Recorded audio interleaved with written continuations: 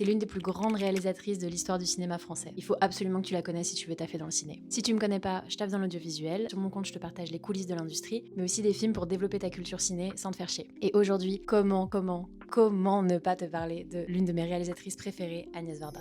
Varda, t'as peut-être déjà entendu son nom, sans trop comprendre son style, en étant peut-être aussi un peu intimidée par les mouvements auxquels on la rattachait, la nouvelle vague et Rive Gauche. Et oui, ce mouvement peut être un peu intimidant, un peu opaque quand on commence le ciné, mais je te promets, donne une chance à Agnès Varda et tu vas trop kiffer. Varda, c'est une réalisatrice féministe, queer et engagée, qui a fait des films sur les femmes, leurs droits, l'exclusion sociale, les gens oubliés, les gens un peu paumés. Elle a joué avec les limites entre fiction et documentaire. Et quand je dis jouer, c'est vraiment le mot. Il y a quelque chose de solaire, de doux, de malicieux dans le cinéma d'Agnès Varda que j'adore. Mais il y a aussi un besoin de témoigner, de raconter elle-même, mais aussi tous ceux qui l'entourent. C'est une artiste qui n'a pas fait que du cinéma, elle a été aussi photographe et plasticienne. Et je sais à quel point ça peut être intimidant de se lancer dans la filmographie d'une réalisatrice qu'on connaît pas. Mais justement, si je t'en parle aujourd'hui, c'est qu'il y a une bonne raison. Il y a une expo qui va grandement te faciliter le travail. Cette expo, c'est le Paris d'Agnès Varda, de ci, de là, au musée Carnavalet. Que tu sois familier du travail de Varda ou non, cette expo, elle t'apprendra plein de choses sur le travail d'Agnès Varda, tout simplement parce qu'elle se concentre sur les débuts de Varda en tant qu'artiste, et notamment en tant que photographe. Tu découvriras ses tout premiers travaux à Paris, dans le 14e, dans la rue dans laquelle elle a vécu presque toute sa vie, son rapport à ses amis, ses voisins, son quartier qui a vraiment été l'objet de ses premiers élans créatifs. C'est vraiment une porte d'entrée sur son travail. Je suis absolument pas payée pour vous en parler, vraiment j'ai juste kiffé l'expo. C'est jusqu'au 24 août, donc c'est le timing parfait pour te cultiver pendant l'été. Et si après ça tu vas aller découvrir la filmographie de Varda, je te recommande de commencer par son documentaire Les plages d'Agnès, qui sera comme une introduction à son travail puisqu'elle retrace toute sa vie. Et ensuite tu pourras aller voir ses films,